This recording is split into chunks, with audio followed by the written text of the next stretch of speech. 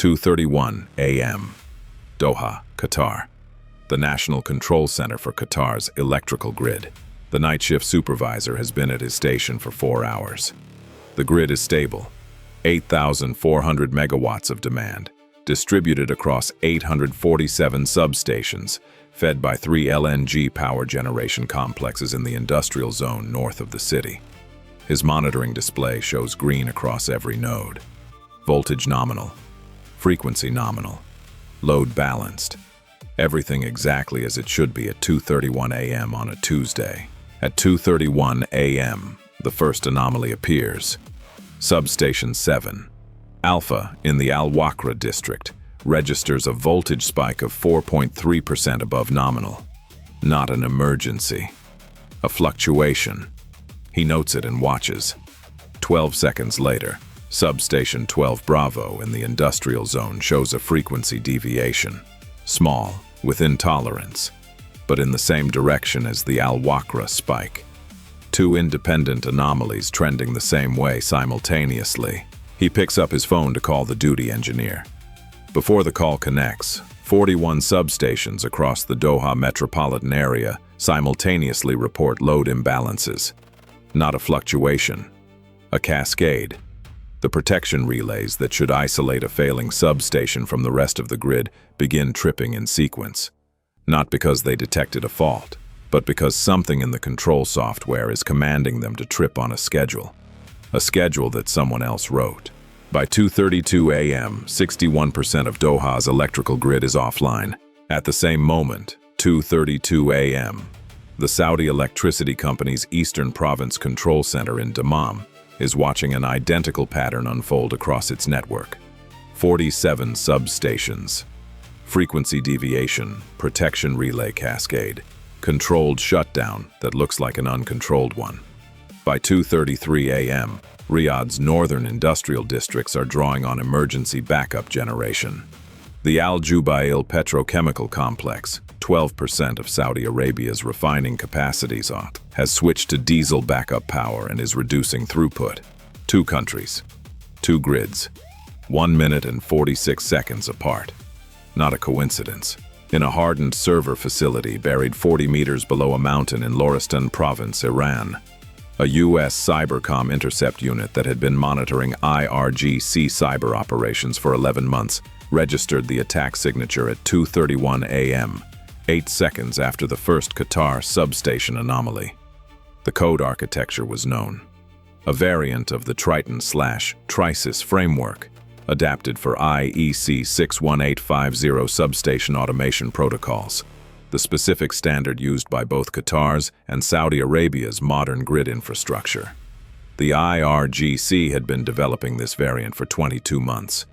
USCYBERCOM had been inside the development environment for 14 of those months, watching the code evolve, mapping the deployment infrastructure, and waiting. The attack was not a surprise. The timing was, because at 2:33 a.m., 90 seconds after the first Qatar substation went offline, the ASBMs satellite registered 312 thermal signatures igniting across 4 provinces of western Iran. The IRGC had designed the sequencing deliberately. The cyber operation would go first, consuming U.S. attention at Cybercom and creating a crisis management demand at CENTCOM as Qatar and Saudi Arabia requested emergency support for their grid failures. 45 seconds of chaos and triage calls. Then the kinetic operation would follow, while U.S. command attention was partially occupied with the digital crisis. What the IRGC had not anticipated, USCYBERCOM had been inside their grid attack deployment infrastructure for 14 months. The moment the attack launched from Loristan, USCYBERCOM had a complete map of every server, every relay node, every command and control endpoint in the attack architecture. The response to the cyber operation did not require triage. It required execution of a plan that had been written 8 months ago and updated 6 times since. At 2:32 a.m., while Qatar's substations were still cascading offline, USCYBERCOM activated Operation Glass Wall. From the SBIR satellite, The 312 thermal signatures registered as a field of ignitions distributed across a 700-kilometer arc of Iranian territory, Khuzestan, Fars, Loristan, and Isfahan provinces. The classification algorithm processed the event in 2.7 seconds. Ballistic and cruise launch event /multi-site /saturation profile /confidence, 98.9%. The salvo, 89 Shahed 136 loitering munitions in 6 sequential waves, timed at 5-minute intervals. 74 Fateh 313 solid-fuel ballistic missiles targeting Al Udeid Air Base in Qatar and the U.S. 5th Fleet headquarters at NSA Bahrain. 91 Hoveyzeh ground-launched cruise missiles flying terrain-following profiles toward the same 2 targets. 58 Shahed 149, the larger, faster variant, assigned to USS Dwight D. Eisenhower, operating 290 kilometers southeast of Bahrain. 312 weapons, 2 digital targets and 3 physical ones. The IRGC's combined cyber-kinetic doctrine executed simultaneously for the first time. The CAOC at Al Udeid received the SBIRS alert at 2:33 a.m., 36 seconds after the first Shahed ignited. The commanding general had 2 simultaneous crises on his display: Qatar's grid failure request coming through the diplomatic channel and 312 inbound weapons on the tactical display. He did not divide his staff between them. He had 1 staff. They were handling 1 operation. The cyber response and the kinetic defense were the same operation. Glass wall covered both. The Space Force analyst monitoring the Middle East sector had been awake for 6 hours into her 12-hour shift. When the 312 signatures populated simultaneously across the Iranian launch sites at 2:33 a.m., she registered the event as multi-axis coordinated, flagging the connection to the grid attack already on her secondary display. The combined classification went to CENTCOM 11 seconds faster than a sequential assessment would have. Those 11 seconds were the difference between the SM-3 engagement solution being computed before the first, Fateh 313 reached mid-course altitude, and being computed during it. Operation Glass Wall ran on 3 simultaneous tracks. Track 1. The Cyber Counter-Operation. USCYBERCOM's pre-positioned access inside the IRGC grid attack infrastructure activated at 2:32 a.m., 77 seconds after the Qatar attack began, before the Saudi cascade had finished. The IRGC's command and control servers for the grid operation were running a deployment sequence that required continuous communication between the Loristan facility and 17 relay nodes distributed across Iran. USCYBERCOM severed the relay chain at 4 simultaneous points. The attack code, which had been executing its substation shutdown sequence autonomously, lost its command override channel. Protection relays that had been commanded to stay tripped received no further commands. They began their automatic reset sequence. At 2:34 a.m., Qatar's grid control system began receiving restore signals from substations that had been offline for 90 seconds. By 2:37 a.m., 78% of the offline substations had reconnected. By 2:41 a.m., 94%. Full restoration, 2:49 a.m. 17 minutes and 31 seconds from first cascade to full restoration. The Qatari grid had experienced a controlled shutdown and a controlled restart. Al Udeid Air Base, which operates on an independent military power supply, had never lost power. Saudi Arabia's eastern province grid followed a similar restoration curve, slightly longer due to the larger geographic distribution of affected substations. Full restoration, 2:54 a.m. The IRGC had designed the grid operation to produce chaos lasting hours. It lasted 18 minutes in Qatar and 22 minutes in Saudi Arabia. The restoration curve was faster than any previous grid recovery event in the region's history because the restoration had been pre-scripted, tested, and loaded into USCYBERCOM's response package 8 months ago. Track 2. The Ballistic and Cruise Missile Defense. USS Gettysburg and USS Leyte Gulf, positioned 160 and 210 kilometers west of USS Dwight D. Eisenhower began SM-3 Block 2. A engagements against the Fateh 313 ballistic packages at 2:38 a.m. as the rounds reached mid-course altitude over the Zagros foothills. The Fateh 313 is a solid-fuel, road-mobile system with a maneuvering re-entry vehicle capable of adjusting its terminal trajectory by up to 30 kilometers. The SM-3 Block 2 A engagement solution accounts for the maneuver envelope. The interceptor is directed not to where the re-entry vehicle is, but to where it can be, constraining the maneuver geometry at the point of intercept. Of 74 Fateh 313 rounds, 61 intercepted in mid-course by SM-3. 13 entered terminal phase. PAC-3 MESE batteries at Al Udeid and NSA Bahrain engaged the terminal packages. 11 intercepted. 2 leakers. The first leaker impacted the northeastern taxiway at Al Udeid at 2:49 a.m. The warhead functioned as designed.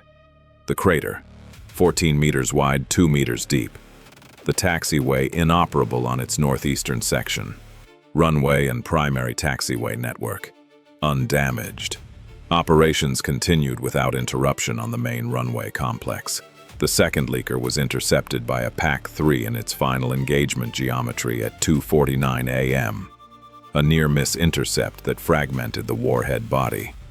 The tumbling re-entry vehicle impacted a sand berm on NSA Bahrain's eastern perimeter. No structural damage. No injuries. The 91 Hoveyzeh cruise missiles, terrain following at 50 meters altitude, approaching from 3 separate vectors, were the tracking problem. Ground-based radar cannot acquire a target at 50 meters altitude at long range.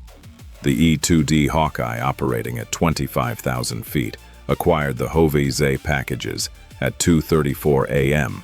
as they cleared the Zagros foothills and entered the flat desert terrain of Khuzestan and Fars. At that acquisition range, 390 kilometers, the Hoveyzeh rounds were 28 minutes from target. Long enough. SM-6 from USS Gettysburg engaged the leading Hoveyzeh packages at 2:41 a.m. at ranges of 200 to 240 kilometers over the Persian Gulf. 37 of 91 rounds intercepted in the first SM-6 engagement layer. NASAM's batteries at Al Udeid and Bahrain engaged the surviving packages at 80 to 120 kilometer range. 31 more intercepted. 23 reached the terminal defense envelope. CRAM at Al Udeid engaged 16. 15 neutralized. 1 impacted the vehicle staging area on the base's western perimeter. 3 vehicles non-operational, no injuries. The Bahrain CRAM engaged 7. 6 neutralized. 1 impacted the harbor perimeter wall at NSA Bahrain. Structural scoring, no breach. Total Hoveyzeh intercept, 84 of 91. 7 impacts across 2 bases. 0 mission-critical infrastructure affected. Track 3. The carrier defense against 147 Shahed. 6 waves of Shahed 136 and Shahed 149 drones, timed at 5-minute intervals, approached USS Dwight D. Eisenhower from bearings 287 through 341 degrees, a wide arc designed to spread the defensive radar picture and prevent CIWS from engaging multiple targets from a single bearing. The EA-18G Growlers from the carrier had been airborne since 2:38 a.m. on jamming orbits over the Gulf of Oman. Their MALD-J packages generated 54 false thermal signatures in the airspace ahead of each incoming wave, degrading the Shahed 149's imaging infrared guidance coherence from 86% to 27%. Wave 1, 24 Shahed, 21 intercepted by SM-2 and ESSM, 3 to CRAM, all 3 neutralized. Wave 2, 26 Shahed, 23 intercepted, 3 to CRAM, 2 neutralized. 1 impacted the carrier's aft deck edge at 2:53 a.m. The drone's warhead, a 40-kilogram shaped charge, detonated on the secondary fire suppression panel housing. The panel was rendered inoperable. No fire. No structural penetration to the deck below. 4 sailors in the immediate area sustained minor injuries from the blast concussion. They were moved to the medical bay and assessed as returning to duty within 24 hours. This was the IRGC's best result against the carrier. A Shahed 149 on the flight deck. Equipment damage. 4 injured sailors. By any pre-operation metric, a visible and documentable result. By the operational metric that mattered, suppression of carrier air operations, it was not a result. The flight deck was operational within 4 minutes of impact. Sortie operations had not paused. The damage control team that responded did so in 112 seconds from the impact. The fire suppression panel was isolated and bypassed. Aircraft continued launching. Wave 3, 25 Shahed. 22 intercepted. 3 to CRAM. All 3 neutralized. Wave 4, 24 Shahed. 20 intercepted. 4 to CRAM. 3 neutralized. 1-2 Phalanx CIWS at 680 meters, neutralized with 3 seconds of continuous fire. Fragments impacted the ocean 90 meters off the starboard beam. Wave 5, 25 Shahed. 23 intercepted. 2 to CRAM. Both neutralized.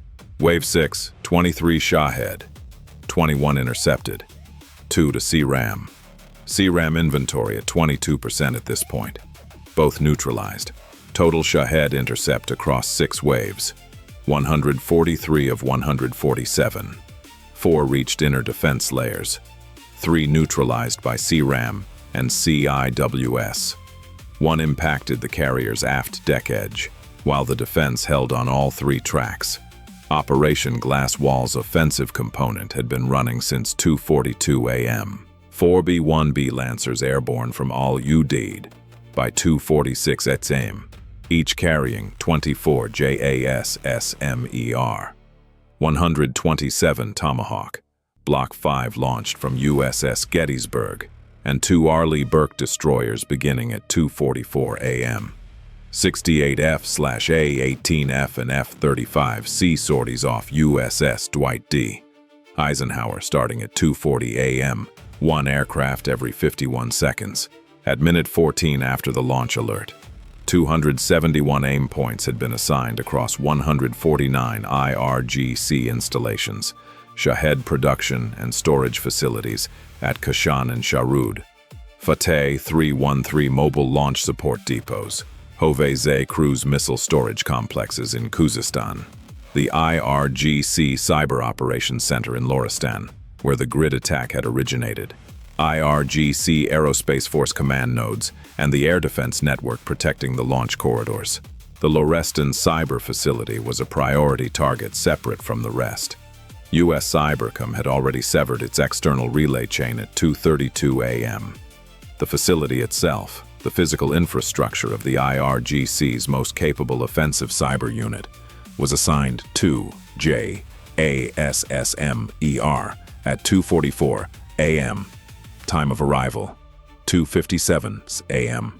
When the JASSMER reached Loristan at 2:57 a.m., the facility that had spent 22 months developing the grid attack code ceased to exist as a functional structure. By 2:58 a.m., the United States had authorized $1.6 billion in precision munitions. 96 JASSM AR at $1.36 million. $130.6 million.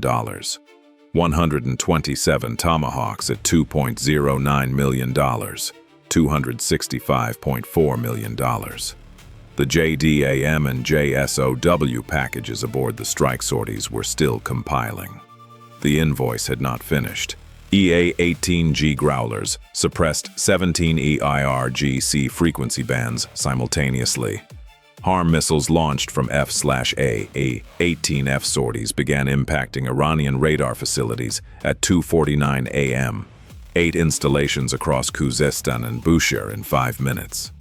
By 2:54 a.m., the coastal surveillance network tracking USS Dwight D. Eisenhower had lost 9 of its 14 primary nodes. An F-35C at 43,000 feet, acquired a 4-vehicle Shahed launcher convoy on a secondary road northwest of Kashan at 2:53 a.m. Thermal lock on the hydraulic and generator systems of active launcher vehicles. 22 seconds before the lead vehicle reached a tree line that would mask its signature. Coordinates transmitted via data link. A Tomahawk already inbound to the Kashan area received the targeting update at 2:53 a.m. The convoy was 1.9 kilometers from the tree line. Road speed, 3 minutes 20 seconds to cover that distance. The Tomahawk arrived in 2 minutes 51 seconds, 29 seconds before the tree line. Of 63 mobile Shahed launcher vehicles assessed active at operation start, 51 were neutralized in the first engagement window. 12 were inside hardened structures or had reached terrain masking. They survived the first wave. The IRGC's desperation move came at 3:04 a.m. The IRGC Aerospace Force Duty Commander, having received fragments of communications through degraded relay channels, understood that the grid operation had been reversed faster than any model had predicted, and that the kinetic salvo had not produced the Al-Udeid suppression required for the operation's second phase. He had one reserve asset uncommitted, 19 Khalij Fars anti-ship ballistic missiles pre-targeted on the carrier group's last confirmed position. He authorized the launch.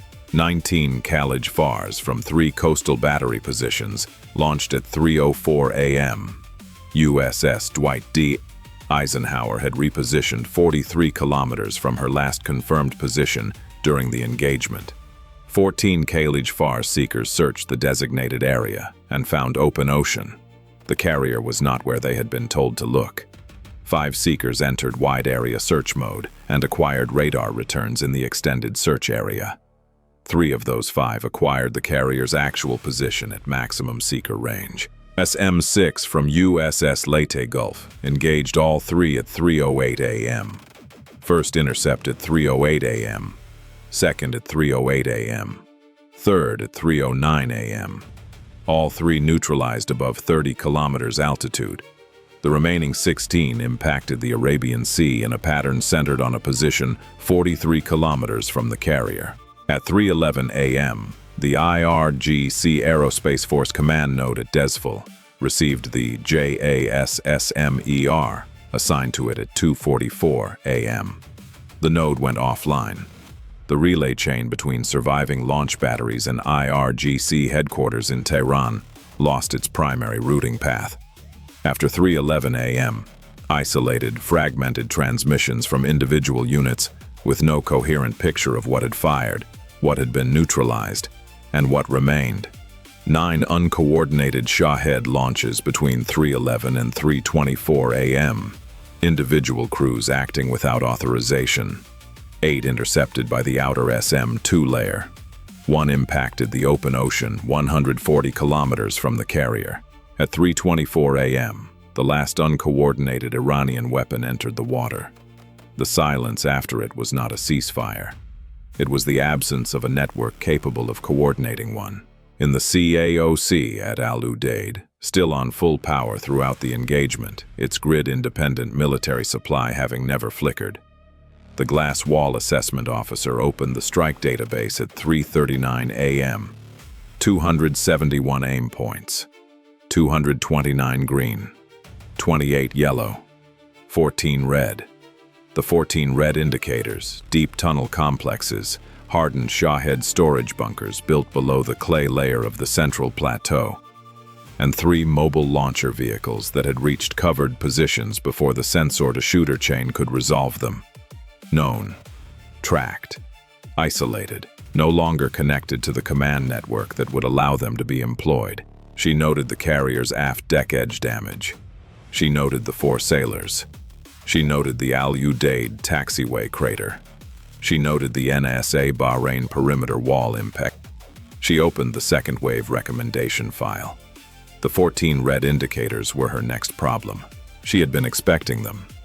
They had been on the target list for 9 months, always flagged as requiring a second wave for confirmed neutralization. Tonight was the first wave. It had done what a first wave was designed to do. From the SBER satellite's first thermal registration at 2:33 a.m. to the last uncoordinated Iranian weapon entering the water at 3:24 a.m., 51 minutes. From the Qatar grid attack at 2:31 a.m. to full restoration at 2:49 a.m., 17 minutes and 31 seconds. From the Saudi grid attack at 2:32 a.m. to full restoration, 22 minutes. Iranian weapons launched in the kinetic salvo, 312. Fateh 313 intercepted, 72 of 74. 2 impacts, taxiway crater at Al Udeid, fragmented warhead at NSA Bahrain perimeter. Hoveyzeh cruise missiles intercepted, 84 of 91. 7 impacts across 2 bases, 0 mission-critical infrastructure affected. Shahed drones intercepted, 143 of 147. 1 deck-edge impact on carrier. 4 sailors with minor injuries. Flight operations uninterrupted. Khalij Fars ASBM intercepted. 3 of 19 that acquired the carrier. Remaining 16 impacted open ocean at stale coordinates. Total kinetic intercept rate, 302 of 312, 96.8%. IRGC cyber operation duration, 17 minutes and 31 seconds in Qatar, 22 minutes in Saudi Arabia, against an IRGC planning assumption of 6 to 12 hours minimum disruption. IRGC military installations neutralized, 229 of 271 aim points. Shahed mobile launcher vehicles, 51 of 63 assessed no longer operational. IRGC command relay network, below coordinated operational threshold as of 3:11 a.m. Lorestan cyber operations facility, non-functional as of 2:57 a.m. U.S. and allied assets. Al Udeid taxiway, inoperable on northeastern section, primary runway complex undamaged. USS Dwight D. Eisenhower, aft deck edge fire suppression panel damaged. 4 sailors with minor injuries, all returning to duty within 24 hours. Sortie operations uninterrupted. NSA Bahrain, perimeter wall scoring, no structural breach. Qatar and Saudi Arabia grids, fully restored within 22 minutes. Al Udeid airbase power, uninterrupted throughout. Cost of U.S. munitions expended in Operation Glass Wall, $1.83 billion. Estimated replacement value of IRGC military assets neutralized, $10.4 billion across kinetic systems, command infrastructure, and the Lorestan cyber facility. Exchange ratio, 1 to 5.7. The IRGC had built this operation on a doctrine that combined cyber and kinetic action for the first time at operational scale. The grid operation was designed to consume crisis management bandwidth. The kinetic salvo was designed to exploit the moment of divided attention. The 2-phase architecture had been tested in tabletop exercises 17 times. Every exercise had produced a window of at least 4 minutes, where U.S. command attention was split between the digital and physical crises. The window had not materialized because Glass Wall treated both crises as one operation. The cyber response had been pre-scripted. The kinetic defense had been pre-positioned. The targeting packages for the offensive strikes had been loaded before the first substation in Doha went offline. The 4-minute window the IRGC needed had never existed, not because U.S. command attention was faster than modeled, but because the operation design did not require attention to be divided. 1 operation, 1 commander, 2 axes addressed simultaneously from the first second. The Lorestan facility that had spent 22 months building the grid attack code was a crater in an Iranian mountain. The grid it had attacked had been fully operational for 32 minutes by the time the JASSMER arrived. The code had worked as designed. The architecture around it had not. The accounting was not complex. The grid was on. The runway was operational. The carrier was into the wind. The machine had been running before the first substation in Doha registered its first anomaly. It did not accelerate when the alert arrived. It was already at speed. It had been at speed for 8 months.